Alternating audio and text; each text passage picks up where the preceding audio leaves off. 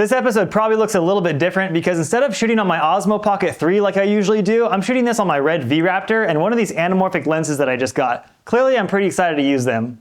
Where I had left off last time was I had just welded the holes in the trunk here with my MIG welder. These holes are from the original Zenki wing that was on this, which is definitely not my favorite type of wing. And I'm gonna put a Kookie wing on it, which is a lot more timeless and aggressive looking. So I'm excited for that. I'll probably throw a little bit of Bondo over here just to flatten everything out and make it look nice. There's a few other dents I'm gonna deal with. And then we can start wrapping this thing. I'm really excited to get the car wrapped. It's gonna be purple, so it's gonna look really cool getting it finally all one color and seeing what that purple looks like on a large area. I was kind of hoping this third brake light would come out pretty easy, but it's not exactly happy. It's almost like the lens part of it is stuck. This thing is definitely gonna break. It had a lot of, it was very, very faded and stuff. I guess it's glued in here is the problem. Oh, okay.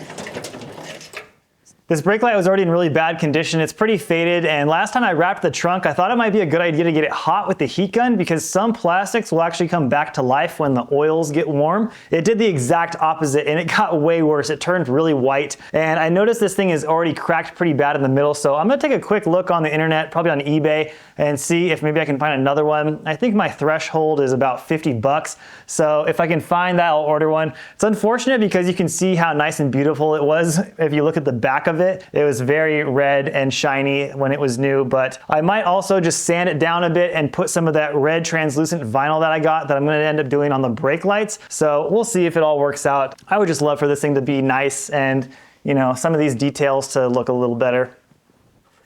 I'll try to get away with doing 1 or 2 coats of this body filler and be done with it. Definitely not my favorite thing here. Just makes a huge mess. Would love to just bolt this Kookie wing on right now. You'd probably think that I would enjoy this since I basically went to art school and work in a subjective career like filmmaking, but I definitely don't. It's probably just the dust.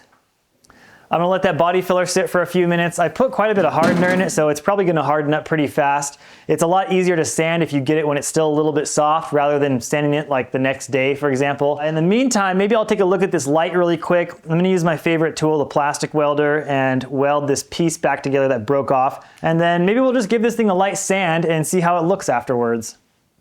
I've used this in many episodes and have explained what it does countless times. I'm gonna do my best here to weld these pieces together without being able to see it. I guess as long as it's not coming into this area here, you won't. So just keep it in the back here and also do my best not to breathe it or, oh, that's interesting. That does not smell good. Realistically, the plastic welder probably isn't the best thing for every single broken plastic situation, but honestly, when it works really well, it is absolutely solid. And I think it beats out using like epoxy glue for most things. This will probably give me cancer. Might have pulled out a little too soon there. These lenses are manual focus, so I'm using this wireless follow focus to control them, but the camera is so far away that I can barely tell if it's in focus on the monitor. So I'm using the red app on my phone, and that's so laggy that it's barely even worth using. So if anything's out of focus, sorry about that. The body filler is taking a little bit longer than I expected to harden, so I'm gonna plug this taillight lamp thing in and see if all of these work. Looks like one of those bulbs is burned out, so I'm definitely glad I tested that. I thought I had some to replace it with, but I can't seem to find them. I'll just order up some new ones. Maybe get some LEDs might be cool, maybe not. We'll see. I'm just hitting this thing with the 800 grit. Technically, you should be able to sand it down and get into some fresh plastic and make it nice and polished up like a brand new piece, but no promises there. If it does look really nice, I'll just leave it like that and not even use the vinyl. You can see this burned white part slowly starting to fade away as well as the letters, so this might work out. I took a look at the footage from earlier and I was a little bit displeased to see that a lot of it seemed to be out of focus. I would like for my face to be in focus when I'm talking, so a little unfortunate there because I can't go back and reshoot a lot of that stuff, but we can try to fix something so that in the future I will know what to expect and what this lens is capable of, which is why I like to test things at home. The thing is with anamorphic lenses is people love them because they have lots of weird artifacts and do interesting things, which makes them so abnormal and makes them so much fun to shoot on. But I think in this situation, in this scenario, I'm pushing this lens a little bit past its limit, and that's because I have the aperture set as low as it will possibly go, giving the most depth of field and the most blurry background, but which also means is sometimes things that are in focus here are not really such in focus up here because the focus plane on this lens is a tiny bit of a cone shape. So the way we're going to rectify this is I'm going to take out this neutral density filter that I have inside the camera, and we're going to swap that with a clear one. Here's what they look like. This goes inside the camera. Now we're gathering a lot more light. We can turn the aperture down slightly to a little bit more of an acceptable depth of field, and now still get quite a bit of that blurry background, but there's a little bit, quite a lot of a bit of a focal plane now. So that should help make things look a lot more in focus and make me a lot happier. You can go full artsy fartsy in the other direction back to where we were originally and go really shallow depth of field, but you gotta be so careful because there's gonna be a lot of things that are out of focus. So always a learning experience here in the garage. Once this body filler dried, I hit it with the DA pretty hard, and that was a bad idea because the orbital does not do a good job of sanding these surfaces perfectly flat, and I ended up with a lot of high and low spots, kind of ridges and things, so I was kind of back at square one. I hit it with another little skip coat of body filler, and it's looking really good. I need to make sure that I just stick to using this flat surface to sand it down, because once you start getting to the steel poking through, the body filler will sand a lot faster than the steel, and you'll just end up with a whole bunch of peaks and valleys like you began with. So cannot wait to get this all nice and leveled out, and then I'll hit it with a little coat of primer and we'll drill some brand new holes for that Kookie wing. This is a replica wing, but the holes on it are in the exact same place as an OEM JDM Kookie wing would be. The only thing is I'm not really sure where on the trunk, you know, obviously it's in the back here, but how far back, because the trunk does have this kind of upturn towards the rear, and I'm wondering if maybe the wing is supposed to be a little further forward. I kind of wanted to put it as far back as possible, but that's gonna cause like a gap in between here because that little lip thing is gonna push the wing up. So I do think the back profile of this wing is supposed to kind of match with the profile of the car. Maybe I'll just stick with that. All right, I've kind of got my markings here. I'm just gonna go off of like an exact measurement with the ruler so that both sides are symmetrical. And I'm also gonna measure the distance between the two bolts. 49.25.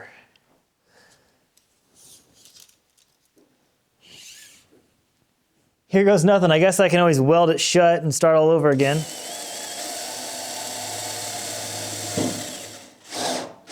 I'm gonna turn off this camera and film with the Komodo for the other side so that I can do that for the vertical Instagram reel. Kind of complicated shooting with two reds. All right, let's see how this thing fits with the first two holes. Oh, crud. Okay, so it's off by about 1/4 inch. The holes are just a little too narrow. It's kind of frustrating. Yeah, I feel like I tried hard on that one.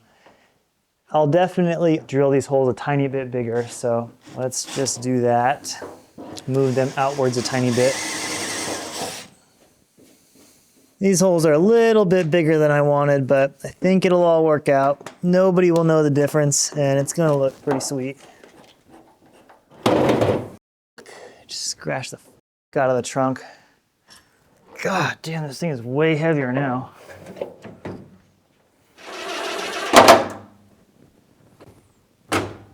That looks great. I'm really happy with it. Pretty amazing that Nissan actually offered that as a factory option. Really good design. I love it on the car. I put the wing a little bit further back than it would normally go, I think. I wanted to mimic a little bit of that like 326 power shelf look. I'm excited to start wrapping some things, and yeah, the car is gonna be all one color at some point here. I'm really happy with what I got done on the trunk yesterday. It's looking really good. Feels nice to get that finally squared away. I'm gonna wrap it and also wrap the hood, but first I wanna show you some really cool material that I found to keep water from getting down into the hood vents. I bought this about a year ago and I was gonna put it on the old hood, and I think they call it like hydrophobic cloth, and really what it is very, very fine mesh. You can literally breathe through it, but water can't get through because the holes are smaller than a molecule of water, but larger than a molecule of air or something like that. Because with the old hood that I had, water would drop directly onto the valve cover and was getting down into the spark plug channel and would fill the spark plug holes up with water and pretty much cause a misfire and corrode the spark plugs terribly. So really trying to avoid that. It rains a lot where I live in Portland. It's not fun when that happens. I showed how easily you could breathe through this stuff. You couldn't even strangle yourself with it if you tried, but watch what happens when I pour some water on it. My new hood latch is functioning very nicely. It was really important to me to not have hood pins on this car for whatever reason. I decided that I was gonna do without it. There we go, get some light on there now. So I was thinking that maybe I take these mesh things off and put it in between this. Might be kind of a cool idea. And then I also noticed there's this giant square hole cut, which would be also a good place probably. But if I do that, the water will still get in the hood and end up going downwards and pooling at the bottom here. Not sure if that's a great idea or not. I could always put some little drain holes. I try not to leave my car outside if it's raining a ton, but it rains here like 100 days a year, if not more, maybe 200 days a year. So I'm just gonna take this thing off. I got tons of the material so I can cut it in a bunch of different sizes and shapes, and we'll see if we can figure something out. On the last episode, I installed these really nice billet hood hinges, and they look awesome, but they're supposed to have a quick release feature that you don't need any tools to take the hood off. But it doesn't seem like it works when my cowl's on, so I've just basically been not using it. Kind of silly. I find it kind of comical that companies still put this silver aluminum mesh on all this stuff. I feel like this was very Fast and Furious, like 2000s. My body kit that I got from Japan has it on there too. But I'm gonna keep it and I'm gonna paint it black because I think having it on there is gonna help the hydrophobic material hold its shape and also stay in place a lot better. This is definitely the kind of thing that people just throw away a lot of times. You've probably seen this gigantic box being kicked around the garage for the last few months, and what it is the entire body kit and over fenders for this car. It has been such a tremendous eyesore and a pain in the butt to have in here. I'm always moving it around so I can bring another car in the garage when I'm gone. I think I'm gonna use part of it right now and just cut it up to paint over so that I don't get too much paint on the carpet that I've already ruined. But I think I'm more excited to get rid of this box than I am to actually finish the car. So hopefully that happens pretty soon. I've got tons of fabric so we can try a few different things, but I don't want to spend all day on this. I was kind of torn on whether I should just do an entire piece of it covering all three or if I should go vent by vent. And I think because of these little metal pieces sticking out that hold the mesh in, I'm going to go vent by vent and just see how that goes. I started gluing the fabric to this first vent and I wasn't really filming much because I didn't know what to expect, but the hot glue is, hot and runny and it's going all over the place. Having a little bit of a hard time keeping it from seeping over the edge onto the nice show side of the carbon, which I really don't want to do because when it dries, it turns white. So I've turned the hood to the side so that hopefully the glue will run down the hood and not over the edge here. It does seem like it's sticking to the fabric really, really well, and I think it'll make a pretty good seal, so we'll see. It's very hot and I'm burning my fingers a tiny bit, but I've only got 2 more to do, so should be able to put the aluminum mesh back on here and see what it looks like. I'm not really happy with how this is turning out. The fabric seems okay, but the glue turns very white when it dries and it makes it really obvious when it creeps over the edge like that. I'm gonna pull all this off and try again, and I've ordered some new glue sticks that are black, which should help a lot. I think I'll take my time a little bit more and maybe put a little bit less glue this time, so hopefully it looks nicer on round 2. For now, maybe I'll try to find something else to do, like finish polishing off that third brake light or something. So maybe I'll have some inspiration as my brain processes what just happened here. I've got that third brake light, and I think I sanded it down with like some 250 grit sandpaper, which is pretty rough. So I'm gonna start going finer and finer. I think I have all the way up to 2000 grit for the DA. So that should make pretty quick work of it. And then maybe we'll see if we can polish it up with some plastic polish and make it nice and shiny like it was when it was brand new. If not, we'll just put some of that translucent vinyl on, and that'll probably be a pretty good solution. So I sanded this down to about 1000 grit, and I'm pretty confident that I could have got it pretty shiny and nice and polished looking like I was talking about. But the crack in the middle started looking more and more obvious, I felt like, and I'm not sure if it was because it was cracking more and more because I kept pushing on it while as I was sanding. So I decided to stop and just wrap it with this translucent film. And I also wanted to wrap it because that's gonna help it look more similar to what the taillights are gonna look like. I don't think I mentioned it this episode, but I bought some chrome taillights for the rear, and those are just fully translucent chrome crystal clear taillights like you would see from the 2000s. And they actually look kind of cool on this car, but what my intention is to wrap it with this translucent film and make those things all red, the entire brick of taillight to be all one color red. So I couldn't find taillights that are like that. I know they used to make them like 10 years ago, but I figured the only way to actually do that was to buy some chrome ones and just wrap them myself. So yesterday I got that taillight looking pretty nice. I ended up breaking the table on accident that I was working on. So I spent a good half hour, maybe a little bit more, fixing that thing with the welder. After that, I was kind of just over it. So took the rest of the day just to do whatever, got some edits done. But the good news is the glue sticks are here. And I also got some LED bulbs for that light. So let's just start with the bulbs and see what they look like. That should be pretty easy. Kind of hilarious, those bulbs actually have a picture of an S15 on the box. I've had good and bad experiences with LED bulbs in the past. My Quattro has a couple of them that work okay. A couple of them definitely do not. So we'll see how this goes. I can't imagine it being bad since it's a brake light. Turn signals definitely can get a little bit complicated, but this should be fine. So that bulb definitely works in there. It looks like it's about the same brightness as the other bulbs. And one thing I forgot to mention, I just learned this recently, but you're supposed to match the bulb color to the lens color. So if you have a red lens like this, you want to be using red bulbs if you can. And I actually found this out when I was doing this on the Quattro. I got some white turn signal bulbs that were nowhere near as bright as the yellow ones. Once I put the yellow ones in there, they looked way better. So I'm gonna continue and put the rest of these in here and see how the whole thing looks, but I have a feeling that I'm gonna end up keeping it. I think the LED looks just fine. And you know, if anything, it might even be a tiny bit brighter, who knows? Whew, that's hot. All right, I got these black glue sticks. Let's see if they work. First, I gotta get all the white stuff out, so, whoop. I'm just gonna sit here and squeeze this out. So one of the issues I mentioned earlier was that the glue gun was set to hot, and it's absurdly hot. Like this glue is coming out almost like water. So I'm gonna run it on the low temp setting, I think, for this next round. Really gonna try to take my time and use way less glue. I think that was part of the problem the first time around, is I just had way too much glue on here. I'm gonna fast forward to the good part. I'm not gonna make you watch me glue all that stuff all over again. It's all done and it's looking really good. There's tiny bits where you can see the glue coming through on the visible side of the hood, but since they're black, it's a lot better, and I might be able to cut these off with a blade or maybe even pick them off with my fingernail. I just really don't wanna damage the mesh after I've spent all that time on it.